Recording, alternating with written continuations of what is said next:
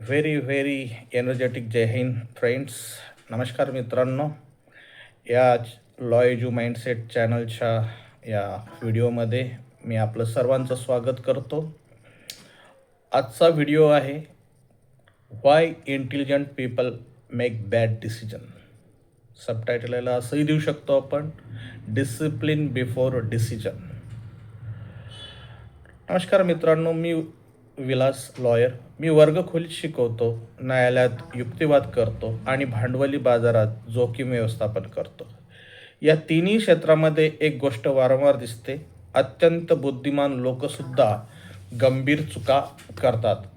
प्रश्न असा आहे, जर व्यक्ती बुद्धिमान असेल, वाचन चांगले असेल, अनुभव असतील, तरी निर्णय चुकतो कसा? कारण मित्रांनो, समस्या बुद्धिमत्तेची नसते, समस्या संरचनेची असते, स्ट्रक्चरची असते. आज आपण नेमकं हे समजून घेणार आहोत. तर चला, फिंगर क्रॉस्ड. आपल्याला बघा, द इल्युजन ऑफ इंटेलिजन्स. आपण नेहमी गृहीत धरतो की जास्त माहिती म्हणजे चांगला निर्णय, पण माहिती म्हणजेच निर्णय गुणवत्ता नाही. Mere information is not equal to the quality decision. मी 3 मोठ्या चुका पाहिल्या आहेत. एक असं म्हणता येईल, the first one, overconfidence bias. ज्याच्याकडे ज्ञान असतं त्याला जनरली असं वाटतं की मी चुकणारच नाही. हा एक सटल इगो असतो, त्याला कळतही नाही की हा इगो आहे. मार्केटमध्ये ओव्हर ट्रेडिंग, एक चुकलं तर अनेक ट्रेड करत करत जायचं. रिव्हेंज ट्रेडिंग ज्याला म्हणतो, की मी चुकूच शकत नाही, हे चुकलं कसं. कोर्टात अननेसेसरी लिटिगेशन, ज्यामध्ये काही तथ्यच नाही असं लिटिगेशन. आणि आयुष्यात इम्पल्सिव्ह कमिटमेंट्स. इथून सुरुवात होते खरी कॉन्फ्लिक्टची आणि खरी बॅड डिसिजनची. म्हणजे ओव्हर कॉन्फिडन्स बायस नसला पाहिजे. आपण डीपली हे पुढच्या व्हिडिओत समजूनच घेऊया. सेकंड जर असते तर इमोशनल इंटरफिअरन्स, हे एक रिझन देता येईल. राग, भीती, तातडी हे लॉजिकल ब्रेनला बायपास करतात. तुम्ही रागात निर्णय घेत असाल, भीतीपोटी निर्णय घेत असाल, आणि इमर्जन्सीमध्ये अँगर, फिअर अँड इमर्जन्सी, हे लॉजिकल ब्रेनला सरपास करतात, बायपास करतात. प्रीफ्रंटल कॉर्टेक्स आपला रिसेसिव्ह मोडमध्ये जातो आणि ॲमॅग्ला म्हणजे emotional centre of the brain हे डॉमिनंट करतं, एक डॉमिनंट पॉवर हाताशी घेतं. आपण विचार करतो पण न्यूट्रल विचार करत नाही अशा वेळेला. आणि तिसरा आहे लॅक ऑफ स्ट्रक्चर. बहुतेक लोक विचार करतात पण विचार लिहित नाही. डिसिजन स्ट्रक्चर्ड नसतो, म्हणजे एक लॉजिक नसतं, एक स्टेप बाय स्टेप अल्गोरिदम नसतो. तो डिसिजन एक असा स्कॅटर्ड अशा थिंकिंगवर असतो, म्हणजे ज्याला लॉजिक नाही, ज्याचं व्यवस्थित इंटरप्रिटेशन नाही, ॲनालिसिस केलेलं नाही. तो फक्त इम्पल्सवर आधारित असतो, मला असं वाटतं बस.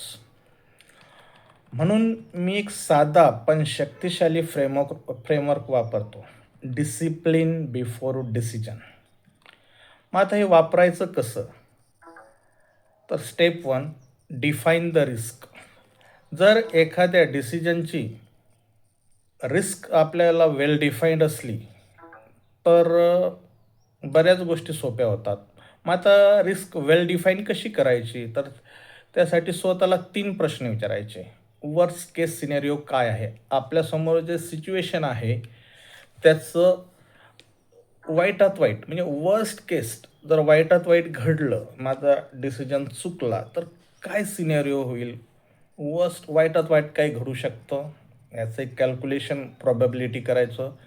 आर्थिक परिणाम किती होईल, इकॉनॉमिकली काय डॅमेज होईल मला, प्रतिष्ठेवर परिणाम, आणि माझं रेप्युटेशनवर काय त्याचं डॅमेज होईल. जर तुम्ही जोखीम डिफाईन करू शकत नसाल तर डिसिजन पोस्टपोन करा. ह्या 3 गोष्टीचं उत्तर जर क्लॅरिटी नसेल तुम्हाला, वर्स्ट केस सिनेरिओमध्ये काय होईल, इकॉनॉमिकल डॅमेज काय होईल, रेप्युटेशन डॅमेज काय होईल, हे जर डिफाईन करू शकत नसाल तर डिसिजन पोस्टपोन करा, पुढे न्या ती. कोर्टरूममध्ये जर एक केसची वर्स्ट केस क्लॅरिटी नसेल तर स्ट्रॅटेजी तयार होत नाही. मार्केटमध्ये स्टॉप लॉस डिफाईन नसेल तर कॅपिटल वाचत नाही. आणि रिअल लाईफ सिच्युएशनमध्ये या सिच्युएशन कुठे जाऊन थांबेल हे जर माहीत नसलं, याचं एंडिंग कुठं असेल, एंडिंग चॅप्टरच माहीत नसला, तर ते सिच्युएशन कुठल्या टोकाला जाईल काही कळत नाही. आपण खूप वेळा बघतो की एखाद्या साध्या कारणासाठी खूप मोठी भांडणं किंवा खूप मोठा लॉस करून बसतात लाईफमध्ये लोकं.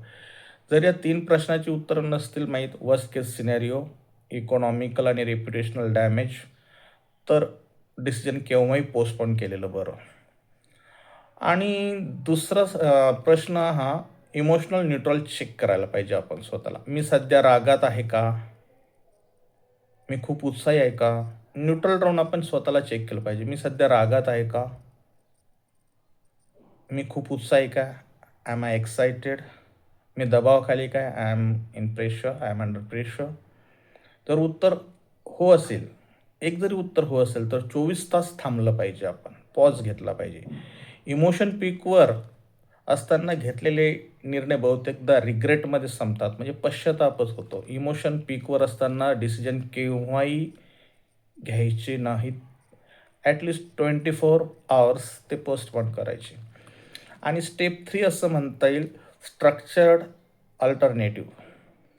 3 पर्याय लिहायचे की मी ॲग्रेसिव्ह डिसिजन घ्यायचा, की थोडा कन्झर्वेटिव्ह मॉडरेट डिसिजन घ्यायचा, की डिफेन्सिव्ह मोडमध्ये जायचं.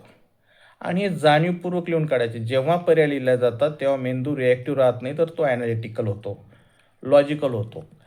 आणि रिअल लाईफमध्ये याचं ॲप्लिकेशन असं होईल की हा फ्रेमवर्क फक्त बाजारासाठी नाही मित्रांनो, हा कोर्टरूमसाठी नाही, तर हा लाईफसाठी सुद्धा आहे.